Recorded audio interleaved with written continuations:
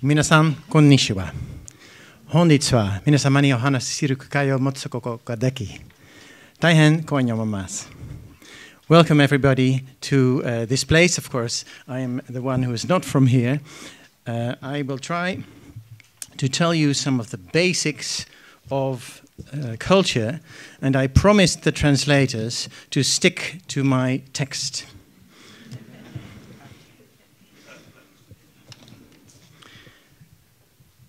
The aim of this lecture is to point out that whether culture, or more exactly, cultural difference, is seen as a wall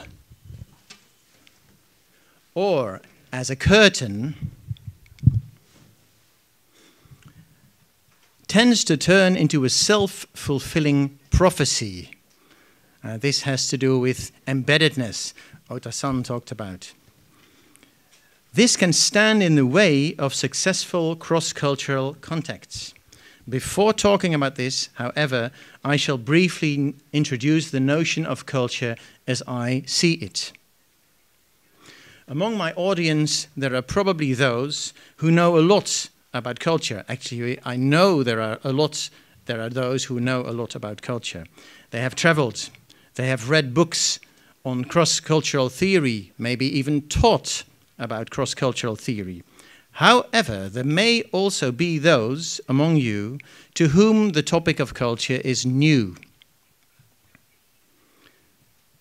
For those, let me elucidate what culture is, what kind of a thing.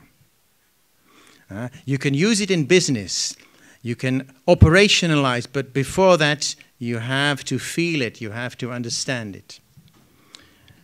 All those living in a country or in a region and belonging to the same people share a culture in which they have been immersed from birth.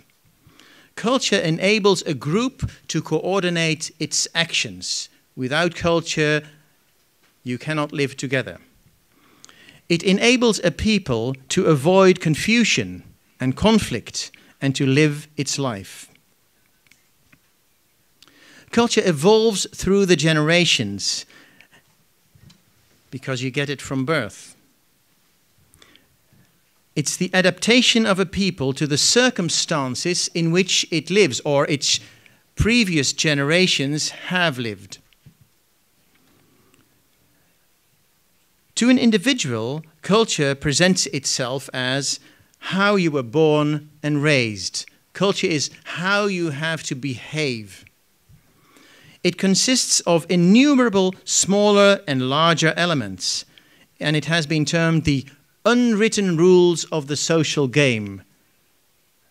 Nobody wrote them down, but they are still there, these rules, and that's what education is for, to teach you. These rules are about which distinctions are important in social life, and that is different in different places. I have to turn that slide myself, of course. Yesterday, I had the privilege of visiting Fuji-san and feeling that now I have sort of really met part of the soul of Japan. I think Fuji-san is partly so important to Japan because of the peace and trustworthiness that it seems to have, which is important in a stressful life. You need this kind of symbol. An important distinction in Japan, one of them, is clean versus dirty. Things are very clean here. I met in the metro two men who were cleaning the moving handle of the metro. I have never seen that anywhere else in the world. It was very impressive. Another distinction is safe versus dangerous. I saw and it looks so safe here, but there are notices everywhere telling me about dangers and activity of the police against those dangers. I have not seen any dangers. I've seen many signs. A third distinction, male versus female. Yesterday there was sumo wrestling. And although these men have breasts, it's obvious that male and female are two very, very different things in Japan. Not so in my own country. The differences are much smaller. So these things have struck me. Such unwritten value systems lead to a certain life outlook. In Japan, reliability is an important virtue. The trains don't look at minutes, they look at seconds. Amazing to me. Adherence to ritual is an important element of good conduct. I feel very deficient because I do not know the correct rituals in Japan. Since all Japanese unconsciously share these values, they find it hard to talk about them. You don't talk about these things. Everybody knows this.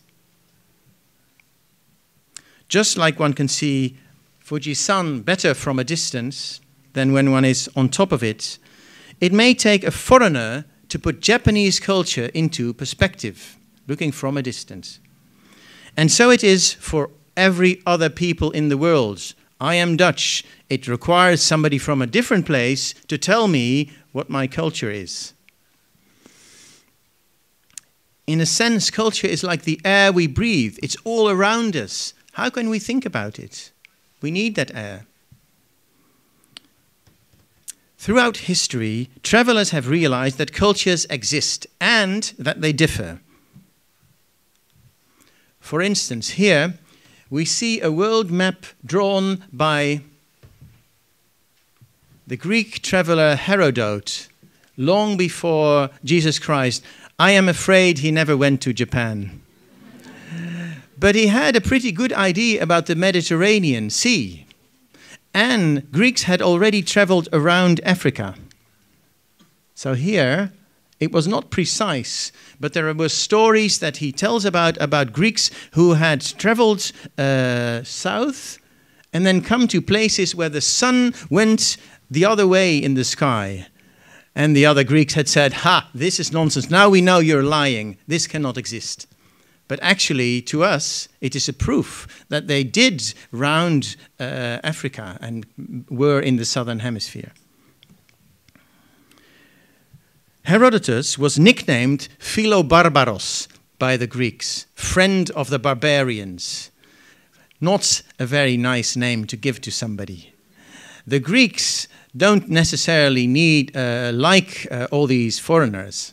Anyway, he understood various peoples pretty well. He was aware that every people thinks that it is the only people that makes sense. That's what he wrote in his book.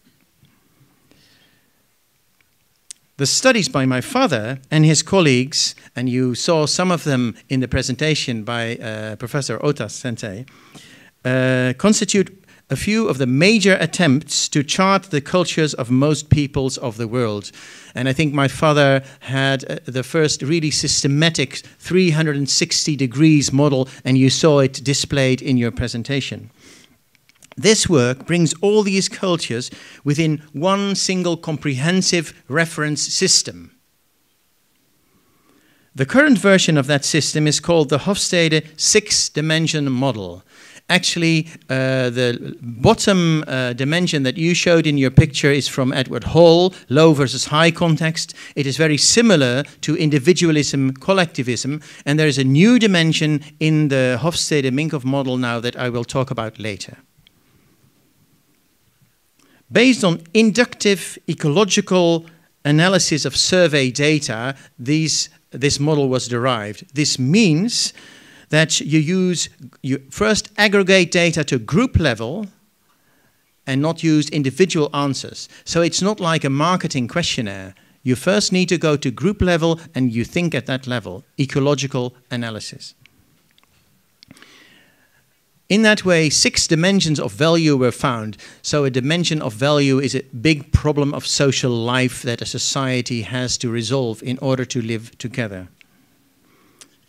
These are, I will mention all 6, 2 by 2. So here we see a map.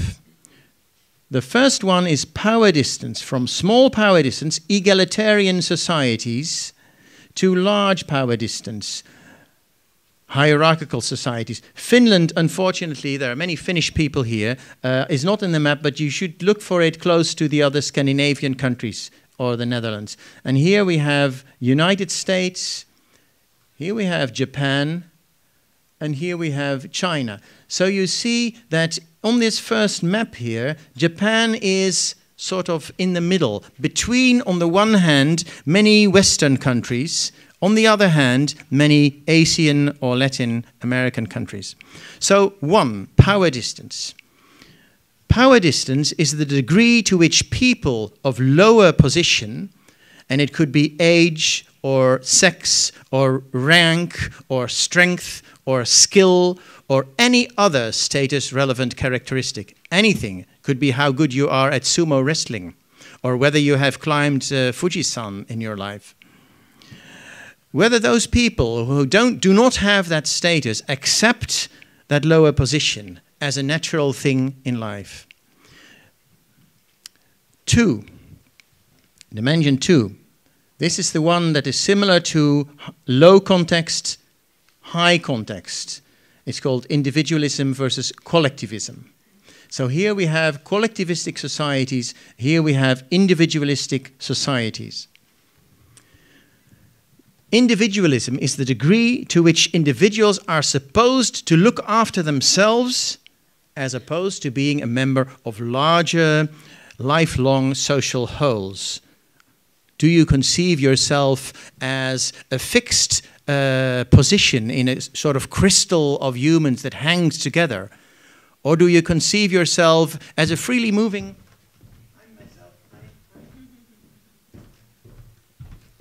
This is the difference. In an individualistic society, one of the ways to show that you are a good person is to have opinions. In a collectivistic society, a way to show that you are a good person is to fit in. Japan also has an average score. So if you go to Europe or the United States as a Japanese, you may find that people are all over the place. If you go to China, you will find it's very hierarchic to a Japanese mind. So it depends where you go. We go to dimension 3 and 4. The third one I will talk about is masculinity, between feminine and masculine societies. So this is not about men or women, it's about societies, of course. And the fourth one is uncertainty avoidance from weak to strong. So here, if we look again where the Netherlands are, it's here, and Sweden and Finland. If we look where Great Britain are, United States, here they are close to China and India. Here we have Germany, and here we have Japan. The red letters here refer to important distinctions in social life. So what is important, and this is actually related to the Maslow level of personal needs. So in Japan, safety is a big concern. Esteem is also rather big. You go to these countries, achievement is a big thing. You go to these countries here, novelty is a big thing. And you go to these, and belonging is really, really important. So different things are important in life depending on where you are. Now let me explain masculinity here. This is the degree to which society is seen as a competitive place, a winner-take-all place.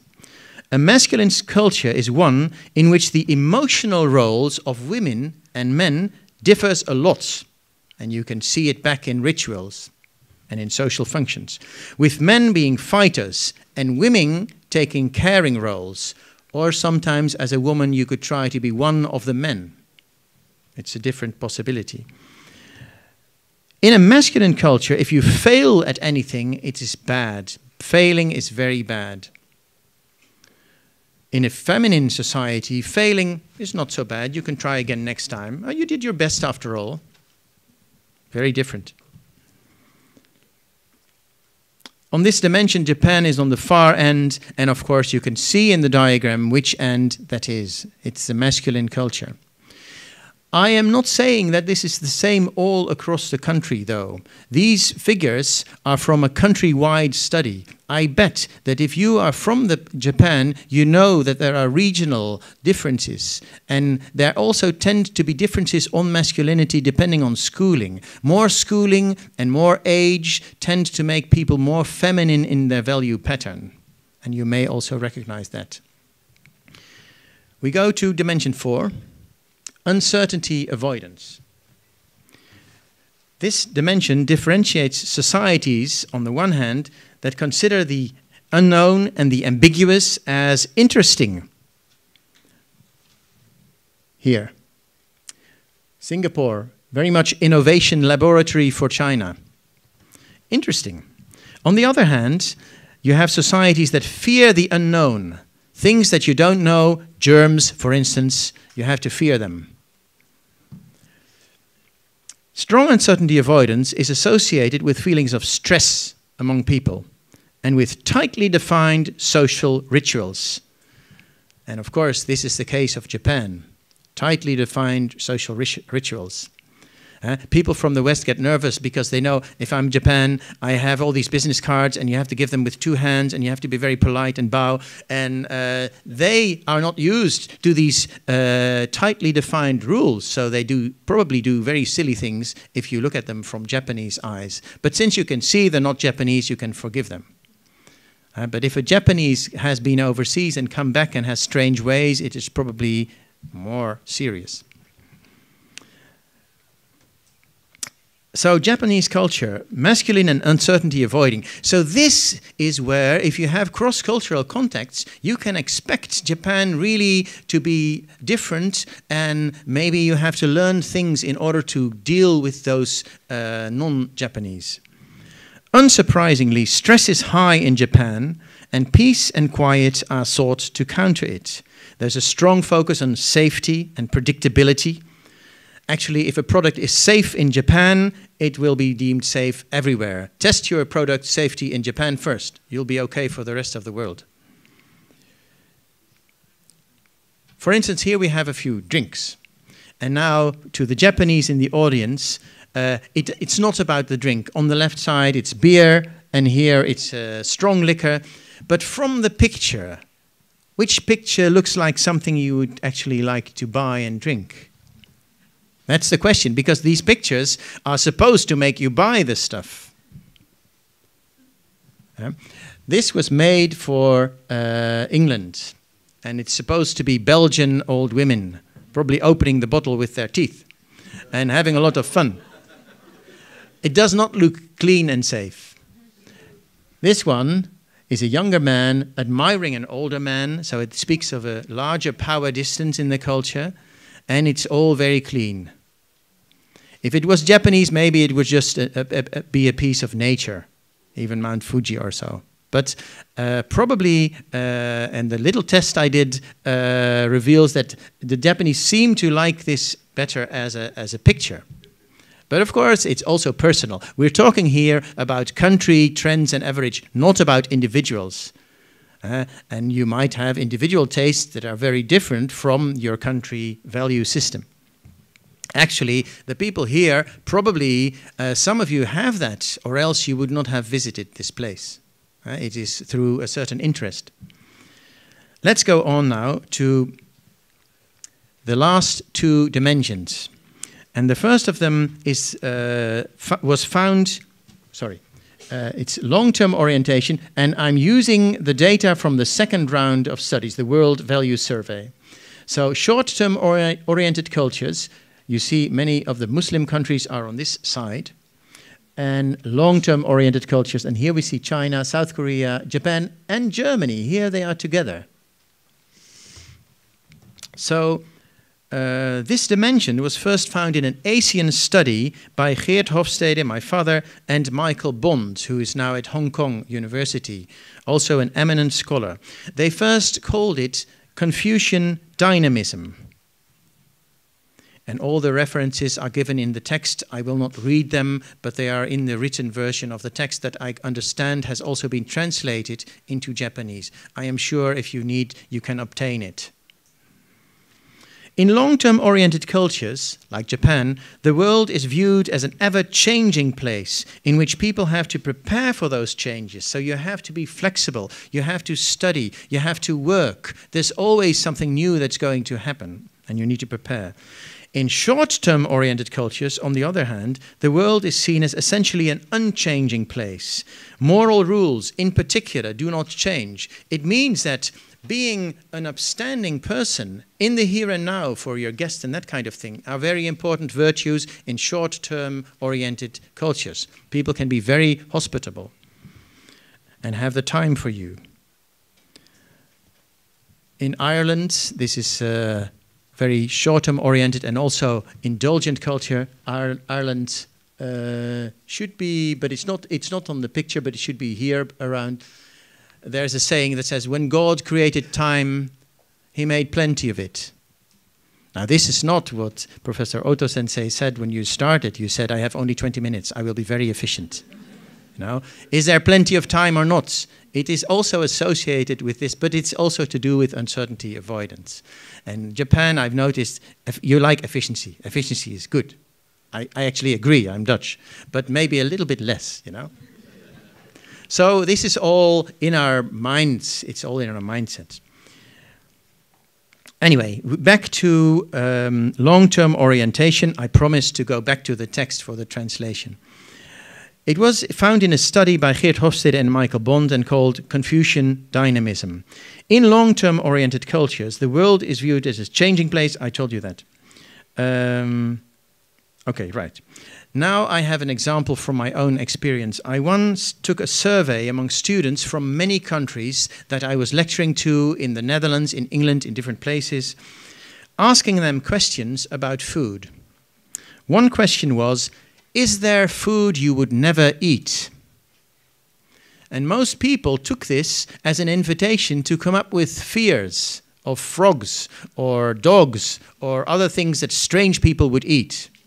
But I had a Japanese student who answered, I don't know, because maybe I don't know that food. So he took the same question as a question about the uncertain future, not a normative question. And this speaks of long-term orientation.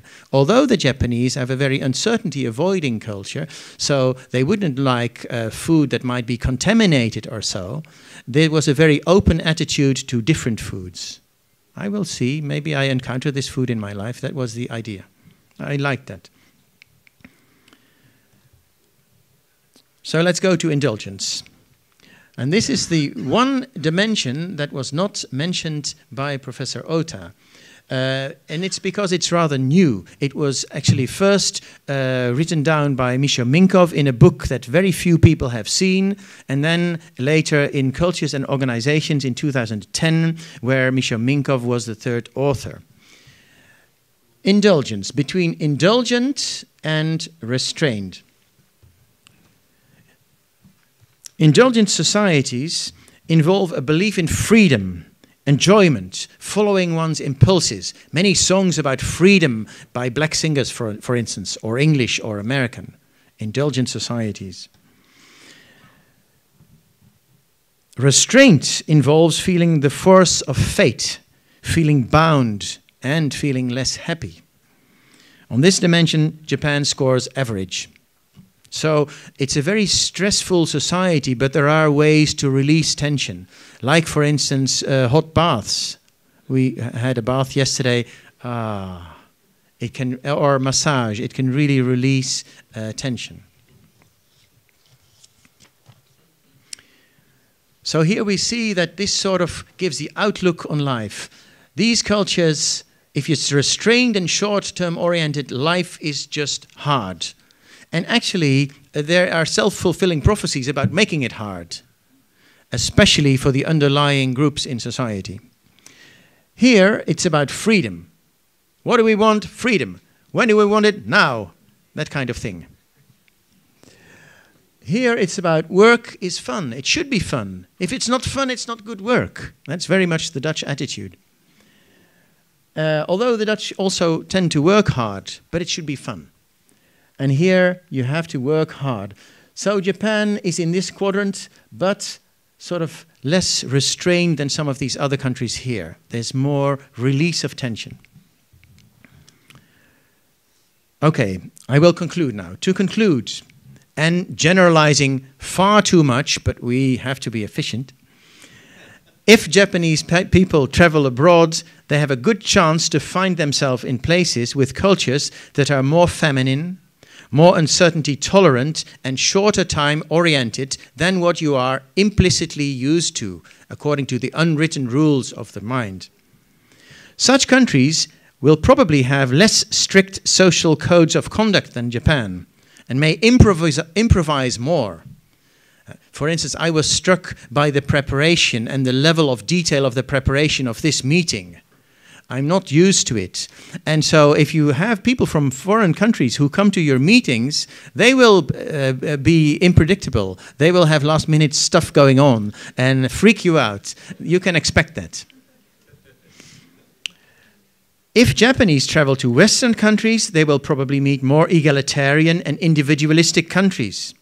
Maybe that you will be left alone by your hosts and not like it so much. But that's what they expect. They expect you to fend for yourself and do your own thing. If Japanese travel outside Western countries, you are likely to meet more hierarchical and collectivistic cultures. And if you are a guest of honor, they will be very, very deferential to you. And they will accompany you all the time and never leave you alone. So it could be both ways. This concludes our very brief tour of the 6 dimensions of value that constitute the Hofstede model. And I have talked a bit too much, I am afraid. Bob Weisvis will, after me, talk about another model. It's not the same model, with also 6 dimensions. And this is about organizational culture. It was also created by my father. But Bob has worked it and done lots of things with it to make it usable in organizational consulting work. I shall now go on to finally talk about the title of my lecture, Wall or Curtain. A wall. This is one famous wall. It's visible from space, the Great Wall of China. It symbolizes separation. Its significance often differs between both sides of the wall. The Mongols could be stopped in their progress by the wall, while the Chinese made the wall to keep the Mongols out. Walls occur at all times. Here is Hadrian's Wall in the north of England to keep the Picts out of the Roman Empire. And it was built even before the Chinese wall. This is difficult between wall and war. I start to do it myself. These days, now that the world of institutions is advancing and encroaching upon the natural world, walls tend to be legal walls or electronic walls. I was in China, no Google, for instance. One can build a tariff wall also to protect trade, or tear it down between a few countries to improve trade among these countries.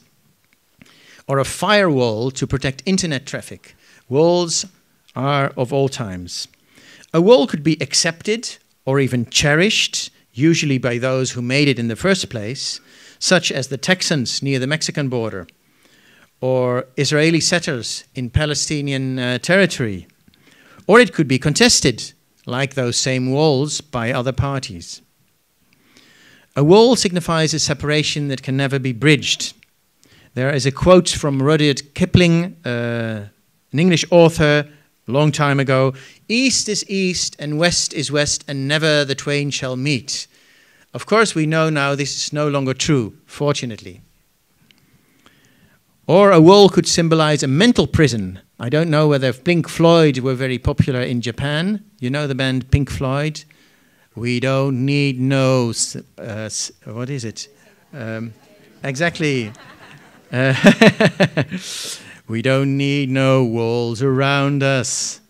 We don't need no thought control. This was one of the things. Indulgence, individualism in that song. Freedom. So Japanese culture, is it a culture of walls?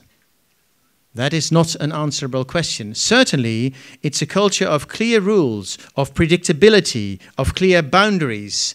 And you can start to build walls. Japanese leaders in history have sometimes closed down the country. It has happened many times. Or you could say, no, we need to be open. And then you start to prepare very well for being open, which I think is the good side of the same medal that is your culture. So now let me talk about curtains. A curtain symbolizes secrecy or discretion or modesty. It usually hides something desirable or beautiful. Here we have the bedroom of the Dutch royal family in the palace of that royal family, and it's of course a bedroom of a few centuries ago. Of course it should hide beautiful things. New princes have to be created in that bedroom. And so you have these beautiful curtains here. Foreign visitors in my country often wonder why there are no curtains in the houses. What is this, they say. Do you want everybody to see what's in your house? No, we say, because we are amazed that they even notice that there are no curtains, but we have nothing to hide. If you travel around in Japan, there are curtains everywhere behind the windows. Looking a bit like a wall. The house is a fortress. You cannot look inside.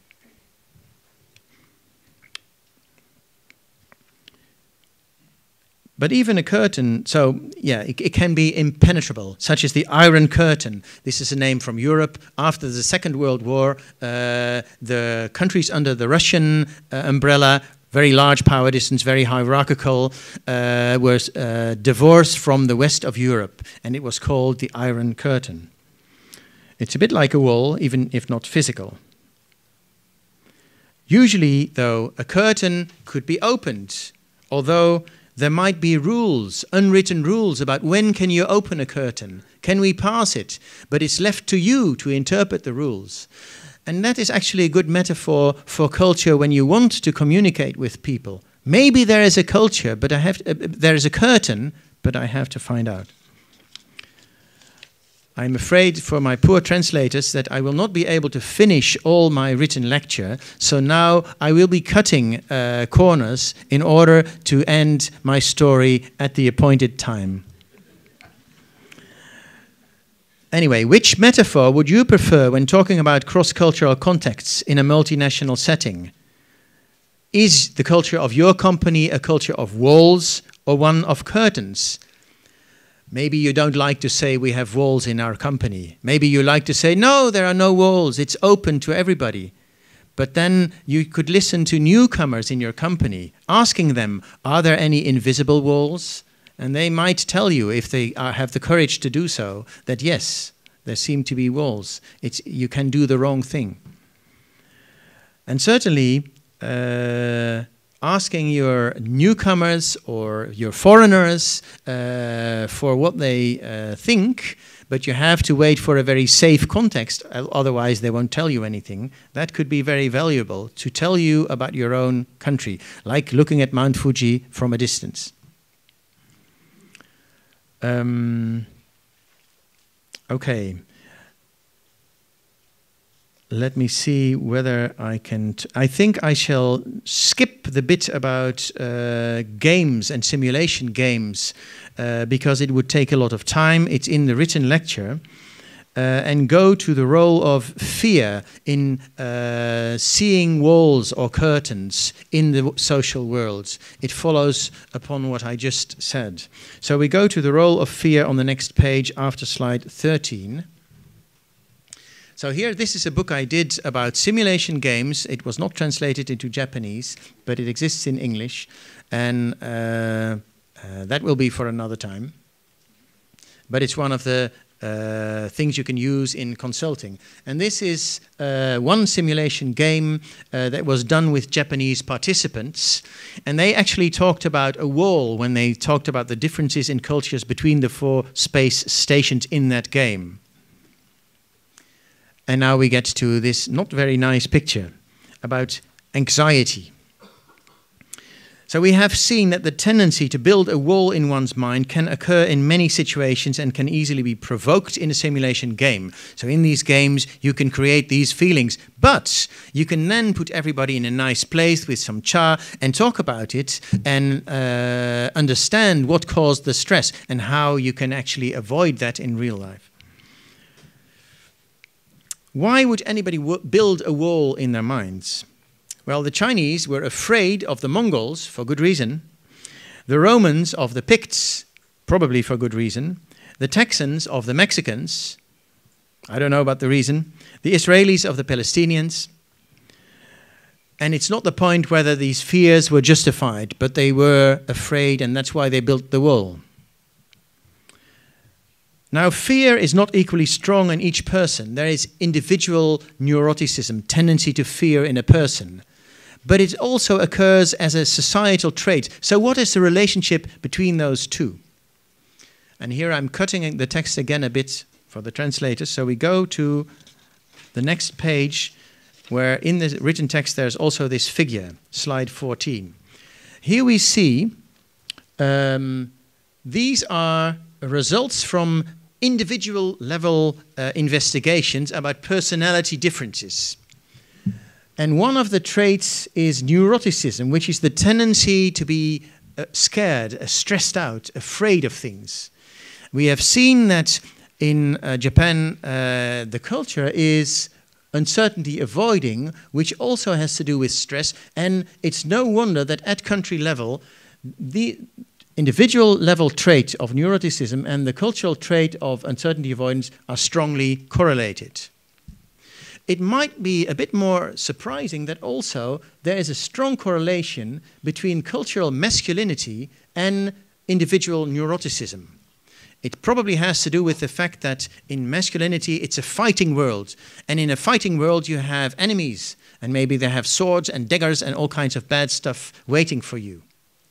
So you can imagine that at individual level, there's probably a lot of stress and neuroticism in Japan, which scores high on these two dimensions. And there can be probably a need for more relaxation, introspection, and sort of understanding relativity, which I think should give a big opportunity for cross-cultural consulting kind of companies in Japan. Here we have extroversion linked to individualism, because talking and giving your own opinion is a good idea in an individualistic society. Conscientiousness, pleasing the powers that be, is correlated with power distance. So power distance people are going to be dutiful, conscientious, do their work, keep at it. Openness to new ideas is slightly associated with masculinity. There's a bit, but it's not a strong correlation. It means trying out new stuff. Maybe you do it to show that you're good. I don't know. Agreeableness means being pleasant and trusting people. And it's almost culturally, it's almost the opposite of neuroticism in the correlations. But I should stress that in any society, there is a great variety of individuals. This is a very wide distribution, like Mount Fuji. It has very wide flanks. So this is important to know if you're in human resource work, but it's still not a very strong correlation. So I go on with the text, wall or curtain below the figure in my written lecture. If we compare a wall with a curtain on ambiguity, we will find a world of difference. A wall is blatantly obvious, whereas a curtain is about as ambiguous a separation as you can find. We can thus expect countries that are high on a combination of masculinity and uncertainty avoidance to be most prone to building walls, physical walls or mental walls. And so this is a danger, sort of a risk factor for Japanese companies. Are we scared of things for a good reason, or should we think again? Whether you need a wall or a curtain is an unresolvable issue. The answer depends heavily on the situation, of course, and also on your own value system. You cannot live a life that does not agree with your value system. You cannot turn an organization into its opposite in a day. You can make changes, but it's very hard work, and Bob will talk about it in a little while. So a little bit of practical advice, and I will go through the slides quickly now without looking at the written text because there's no time. First, read. So I read these books by Murakami, and I noticed sort of the Japanese soul from this book, Colorless Tsukuru Tazaki. Cleanliness is one of the pillars of his life. Very uncommon to a Dutch person to say that. Cleanliness is everything for me. We would not. I hope I'm not dirty, but I would not say it. People are not named by their names, but by their roles, like younger friend or elder brother or so. I would never do that. Although I have 3 younger brothers, I would never call them that, except maybe to joke, but I would not normally do it. Tsukuru, the hero, likes notions such as safe, efficient, accurate, and he actually loved, it was used that word in English, he loved sitting in a railway station, looking at the trains be on time. I can imagine now that I am here, but if somebody did that in my country, we would probably, you know, have our worries about their mental health. Craftsmanship, very highly valued. Emotions are suppressed. Also sexuality. Close relationships require constant maintenance of one's feelings. Okay, sounds like a lot of work. A girl cannot make overtures in romantic situations. Has to wait for the boy. The boy has to sense the subtle signals, and if the boy is too stupid for that, well, the girl has a problem. It seems that this is actually happening in Japan today, that many of these men, they are always in their electronic tools, and they don't see the signals anymore. So life is hard, and guilt is important. This was the message. So if you go to a place, read books by authors from that place, if you can, of course. If you can understand. Secondly, engage with the people. This is my university in Wageningen, a new head building. You see a lot of engagement between all these students from different parts in the world. If you wonder where I got my Japanese, it's a Japanese student that told me how to speak this word of welcome. Koji Nakasaka, I think is his name. Thirdly, ask. And here I think I should end with an anecdote with a famous Japanese professor who once visited the Netherlands, and it was Hiroshi Manari Sensei. He's no longer alive now. He was, you must know him because he was also a pioneer. Yes, he translated my father's book, but he was also in his own right a pioneer. So he came to the Netherlands and he wanted to see the Delft factories where yeast was made by Gist Brocades. And my girlfriend, who's now my wife, and me, we escorted him. And all day long, he was there listening to all the lectures and visiting the factories and going, yes, I see. And so he seemed to understand everything perfectly. And then later, we were in the car, nobody else was there, and he asked, he was a bit shy about it, excuse me, what are molasses? Because it had been about molasses all day long. Now molasses actually is this stuff. And it's what you get from refining sugar. And yeast likes to grow in molasses. So it was the growth medium of the yeast, and the quality of the molasses was very important to that factory. And so it struck me because first he had obviously not wanted to ask in public. Maybe he thought it would be a stupid question.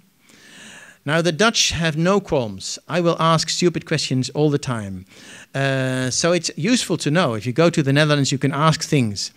The second thing is he really wanted to know. So he took the occasion of asking me after the fact. It wasn't like, oh, well, forget about the molasses. No, he wanted to know.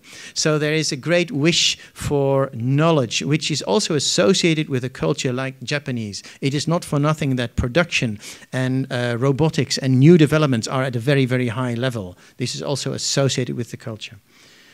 So I think the Japanese culture both has risks of putting up a wall against a fear that may or may not be justified, because of course you have natural disasters that are very scary, and so but you cannot build a wall, so it could be a symbolic reaction to tsunami or things like that.